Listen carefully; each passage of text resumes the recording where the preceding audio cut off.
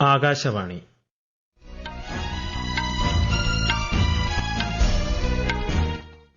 നമസ്കാരം. വാർത്തകൾ വായിക്കുന്നത് ഹരിഷ്ണ.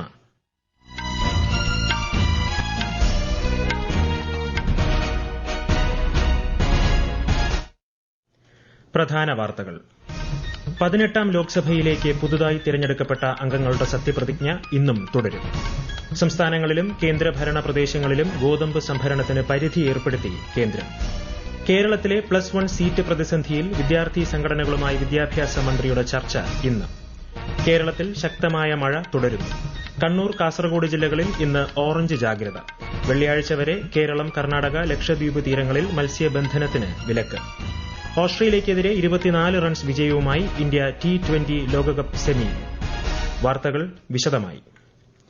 18ാം ലോക്സഭയുടെ ആദ്യ സമ്മേളനത്തിന് ഇന്നലെ തുടക്കമായി. സമ്മേളനത്തിന് മുന്നോടിയായി രാഷ്ട്രപതി ഭവനിൽ നടന്ന ചടങ്ങിൽ പ്രോട്ടം സ്പീക്കർ ഭർതൃഹരി മഹ്താബിന് രാഷ്ട്രപതി ദ്രൌപതി മുർമു സത്യവാചകം ചൊല്ലിക്കൊടുത്തു. തുടർന്ന് ലോക്സഭയിൽ പ്രോട്ടം സ്പീക്കർ പുതുതായി തിരഞ്ഞെടുക്കപ്പെട്ട ലോക്സഭാംഗങ്ങളുടെ സത്യപ്രതിജ്ഞയ്ക്ക് നേതൃത്വം നൽകി. അംഗങ്ങളുടെ സത്യപ്രതിജ്ഞ ലോക്സഭയിൽ ഇന്നും തുടരും. പുതിയ ലോക്സഭാ സ്പീക്കറുടെ തിരഞ്ഞെടുപ്പ് നാളെ നടക്കും. രാഷ്ട്രപതി ദ്രൌപതി മുർമു പാർലമെന്റിന്റെ ഇരുസഭകളുടെയും സംയുക്ത സമ്മേളനത്തെ മറ്റന്നാൾ അഭിസംബോധന ചെയ്യും. മറ്റന്നാൾ രാജ്യസഭാ സമ്മേളനത്തിനും തുടക്കമാകും. അടുത്ത മാസം 3 വരെയാണ് പാർലമെന്റ് സമ്മേളനം. വികസിത ഭാരതം കെട്ടിപ്പടുക്കാനുള്ള ദൃഢനിശ്ചയത്തോടെയാണ് 18ാം ലോക്സഭയുടെ സമ്മേളനം ആരംഭിക്കുന്നതെന്ന് പ്രധാനമന്ത്രി നരേന്ദ്രമോദി. രാജ്യത്തെ ജനങ്ങളുടെ അഭിലാഷങ്ങൾ സാക്ഷാത്കരിക്കാൻ സർക്കാർ പ്രതിജ്ഞാബദ്ധമെന്നും അദ്ദേഹം പറഞ്ഞു. സമ്മേളനത്തിന് മുന്നോടിയായി പാർലമെന്റിന് പുറത്ത് മാധ്യമങ്ങളോട് സംസാരിക്കുകയായിരുന്നു പ്രധാനമന്ത്രി. നീറ്റ് പരീക്ഷ, പശ്ചിമബംഗാളിൽ അടുത്തിടെയുണ്ടായ റെയിൽ അപകടം, വിലക്കയറ്റം തുടങ്ങിയ വിഷയങ്ങളിൽ കേന്ദ്ര സർക്കാരിനെ വിമർശിച്ച് കോൺഗ്രസ്. ഈ വിഷയങ്ങളിൽ സർക്കാർ മൌനം പാലിക്കുകയാണെന്ന് പാർട്ടി അധ്യക്ഷൻ മല്ലികാർജ്ജുൻ ഖാർഗെ ആരോപിച്ചു. ഭരണഘടന അട്ടിമറിക്കപ്പെടുന്നതിനെതിരെയുള്ള പ്രതിഷേധ സൂചകമായാണ് പാർലമെന്റ് സമ്മേളനത്തിന്റെ ആദ്യ ദിനം പ്രതിപക്ഷ എംപിമാർ ഭരണഘടനയുടെ പകർപ്പുകൾ കയ്യിൽ കരുതിയതെന്ന് കോൺഗ്രസ് എംപി രാഹുൽ ഗാന്ധി പാർലമെന്റിന് പുറത്ത് മാധ്യമങ്ങളോട് പറഞ്ഞു. രാജ്യസഭാ നേതാവായി കേന്ദ്രമന്ത്രിയും ബിജെപി ദേശീയ അധ്യക്ഷനുമായ JP നഡ്ഡയെ തിരഞ്ഞെടുത്തു. കഴിഞ്ഞ തവണ ശ്രീ പീയൂഷ് ഗോയലായിരുന്നു രാജ്യസഭാ നേതാവ്. ഈ വർഷം ഫെബ്രുവരിയിലാണ് ശ്രീ നഡ്ഡയെ ഗുജറാത്തിൽ നിന്ന് രാജ്യസഭയിലേക്ക് നാമനിർദ്ദേശം ചെയ്തത്. 15ാം കേരള നിയമസഭയുടെ 11ാം സമ്മേളനം തുടരുന്നു. 2024-25 സാമ്പത്തിക വർഷത്തേക്കുള്ള ബജറ്റിലെ ധനാഭ്യർത്ഥനകളെ സംബന്ധിച്ച ചർച്ചയും വോട്ടെടുപ്പും ഇന്ന് നടക്കും. അടുത്ത മാസം 25 വരെയാണ് നിയമസഭ സമ്മേളിക്കുക. മുതലപ്പൊഴി വിഷയത്തിലെ അടിയന്തര പ്രമേയത്തിന് സ്പീക്കർ അവതരണ അനുമതി നിഷേധിച്ചതിൽ പ്രതിഷേധിച്ച് നിയമസഭയിൽ ഇന്നലെയും പ്രതിപക്ഷ വാക്കൌട്ട്. മുതലപ്പൊഴിയിലെ മത്സ്യത്തൊഴിലാളികളുടെ പ്രശ്നത്തിന് ശാശ്വത പരിഹാരം വേണമെന്ന് പ്രതിപക്ഷത്തു നിന്ന് അടിയന്തര പ്രമേയ അവതരണത്തിന് അനുമതി തേടിയ M. വിൻസെന്റ് ആവശ്യപ്പെട്ടു. മേഖലയിൽ അപകടം ഒഴിവാക്കുന്നതിനുള്ള എല്ലാ നടപടികളും സംസ്ഥാന സർക്കാർ സ്വീകരിച്ചതായി മന്ത്രി സജി ചെറിയാൻ മറുപടി നൽകി. മന്ത്രിയുടെ മറുപടിയെ തുടർന്ന് സ്പീക്കർ അടിയന്തര പ്രമേയത്തിന് അവതരണാനുമതി നിഷേധിക്കുകയായിരുന്നു. കേരളത്തിലെ +1 സീറ്റ് പ്രതിസന്ധിയിൽ വിവിധ വിദ്യാർത്ഥി സംഘടനകളുമായി വിദ്യാഭ്യാസ മന്ത്രി V. ശിവൻകുട്ടി ഇന്ന് ചർച്ച നടത്തും. വിദ്യാർത്ഥി സംഘടനകൾ നൽകിയ നിവേദനങ്ങൾ പരിഗണിച്ചാണ് ചർച്ച നടത്തുന്നത്. അതേസമയം വിഷയത്തിൽ പ്രതിഷേധിച്ച് KSU ഇന്ന് സംസ്ഥാന വ്യാപകമായി വിദ്യാഭ്യാസ ബന്ദ് നടത്തുമെന്ന് അറിയിച്ചിട്ടുണ്ട്. മലബാർ മേഖലയിൽ +1 സീറ്റ് ക്ഷാമമില്ലെന്ന് വിദ്യാഭ്യാസ മന്ത്രി ഇന്നലെ നിയമസഭയിൽ അറിയിച്ചിരുന്നു. രാജ്യത്തെ പരീക്ഷകളുടെ വിശ്വാസ്യത നിലനിർത്താൻ കേന്ദ്ര സർക്കാർ ശക്തമായ നടപടികളാണ് സ്വീകരിക്കുന്നതെന്ന് university grants commission chairman Mamidala Jagadesh Kumar. മത്സര പരീക്ഷകളുടെ നടത്തിപ്പുമായി ബന്ധപ്പെട്ട എല്ലാവരും വിദ്യാർത്ഥികളുടെ താൽപര്യങ്ങൾ സംരക്ഷിക്കാൻ പ്രതിജ്ഞാബദ്ധരാണെന്ന് UGC ചെയർമാൻ ആകാശവാണി വാർത്തകളോട് പറഞ്ഞു. നീറ്റ് UG പരീക്ഷയുമായി ബന്ധപ്പെട്ട് പ്രതികരിക്കുകയായിരുന്നു അദ്ദേഹം. അതേസമയം നീറ്റ് UG പരീക്ഷാ ക്രമക്കേടിൽ അന്വേഷണം പുരോഗമിക്കുകയാണ്. വിശദാംശങ്ങളിലേക്ക്.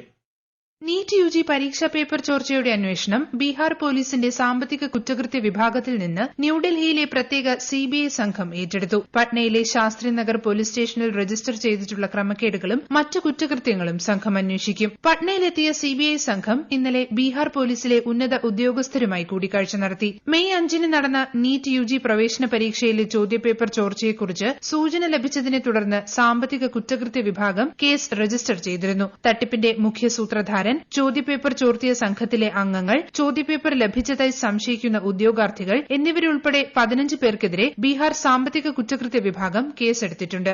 News desk, Akashvani.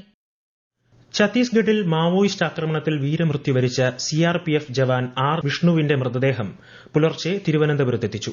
സംസ്ഥാന സർക്കാരിന് വേണ്ടി മേയർ ആര്യ രാജേന്ദ്രൻ പുഷ്പചക്രം അർപ്പിച്ചു.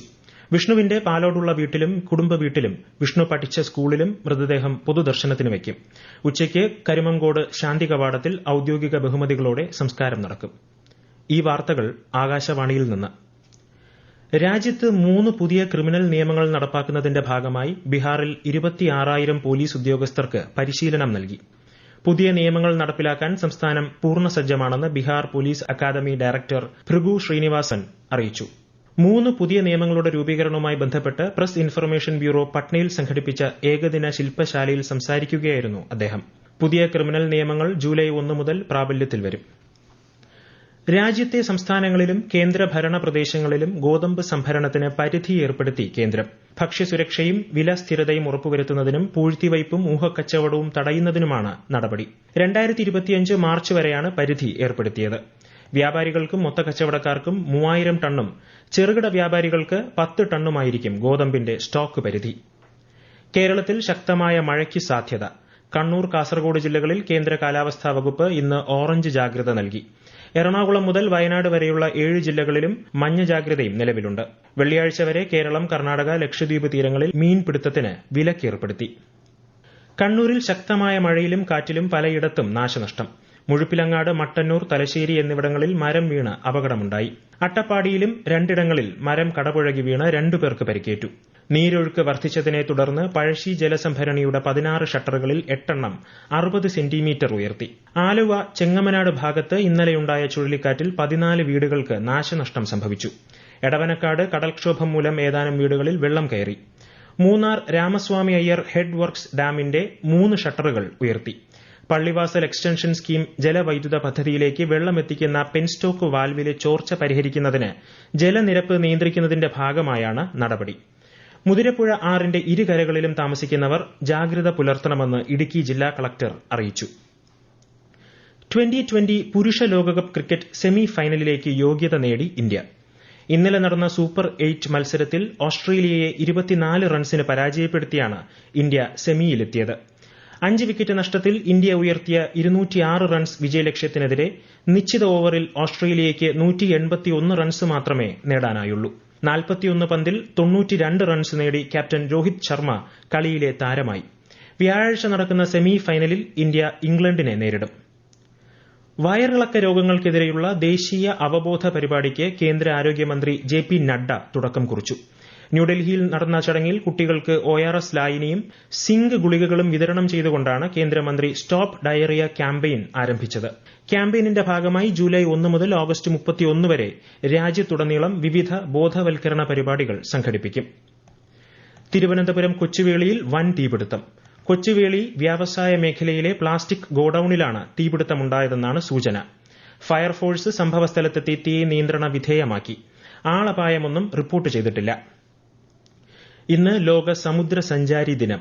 ലോകമെമ്പാടുമുള്ള സമുദ്രസഞ്ചാരികൾ അന്താരാഷ്ട്ര കടൽമാർഗ വ്യാപാരത്തിനും ലോക സമ്പദ് വ്യവസ്ഥയ്ക്കും നൽകിയ അതുല്യമായ സംഭാവനകൾ കണക്കിലെടുത്താണ് ദിനാചരണം സംഘടിപ്പിക്കുന്നത്.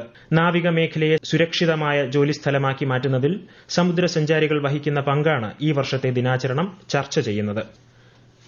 LIC പോളിസികൾ സറണ്ടർ ചെയ്യുന്നതുമായി ബന്ധപ്പെട്ട പ്രചാരണങ്ങൾ വിശദീകരണവുമായി ലൈഫ് ഇൻഷുറൻസ് കോർപ്പറേഷൻ. പോളിസികൾ സറണ്ടർ ചെയ്യുന്നതിന് പകരം നിലവിലുള്ള പോളിസി ഉടമകളുടെ കൈവശമുള്ള പോളിസികൾ ഏറ്റെടുക്കുമെന്ന തരത്തിൽ ചില സ്ഥാപനങ്ങൾ പ്രചാരണം നടത്തിയിരുന്നു. അത്തരത്തിലുള്ള സ്ഥാപനങ്ങളുമായോ അവർ വാഗ്ദാനം ചെയ്യുന്ന ഉൽപ്പന്നങ്ങളോ സേവനങ്ങളുമായോ LICക്ക് ബന്ധമില്ലെന്ന് കോർപ്പറേഷൻ വ്യക്തമാക്കി. പ്രധാന വാർത്തകൾ വീണ്ടും. 18ാം ലോക്സഭയിലേക്ക് പുതുതായി തിരഞ്ഞെടുക്കപ്പെട്ട അംഗങ്ങളുടെ സത്യപ്രതിജ്ഞ ഇന്നും തുടരും. സംസ്ഥാനങ്ങളിലും കേന്ദ്രഭരണ പ്രദേശങ്ങളിലും ഗോതമ്പ് സംഭരണത്തിന് പരിധി ഏർപ്പെടുത്തി കേന്ദ്രം. കേരളത്തിലെ +1 സീറ്റ് പ്രതിസന്ധിയിൽ വിദ്യാർത്ഥി സംഘടനകളുമായി വിദ്യാഭ്യാസ മന്ത്രിയുടെ ചർച്ച ഇന്ന്. കേരളത്തിൽ ശക്തമായ മഴ തുടരുന്നു. കണ്ണൂർ, കാസർഗോഡ് ജില്ലകളിൽ ഇന്ന് ഓറഞ്ച് ജാഗ്രത. വെള്ളിയാഴ്ച വരെ കേരളം, കർണാടക, ലക്ഷദ്വീപ് തീരങ്ങളിൽ മത്സ്യബന്ധനത്തിന് വിലക്ക്. ഓസ്ട്രേലിയയ്ക്കെതിരെ 24 റൺസ് വിജയവുമായി ഇന്ത്യ 2020 ലോകകപ്പ് സെമിയിൽ. വാർത്തകൾ കഴിഞ്ഞു. അടുത്ത വാർത്താ പ്രക്ഷേപണം ഉച്ചയ്ക്ക് 12:30.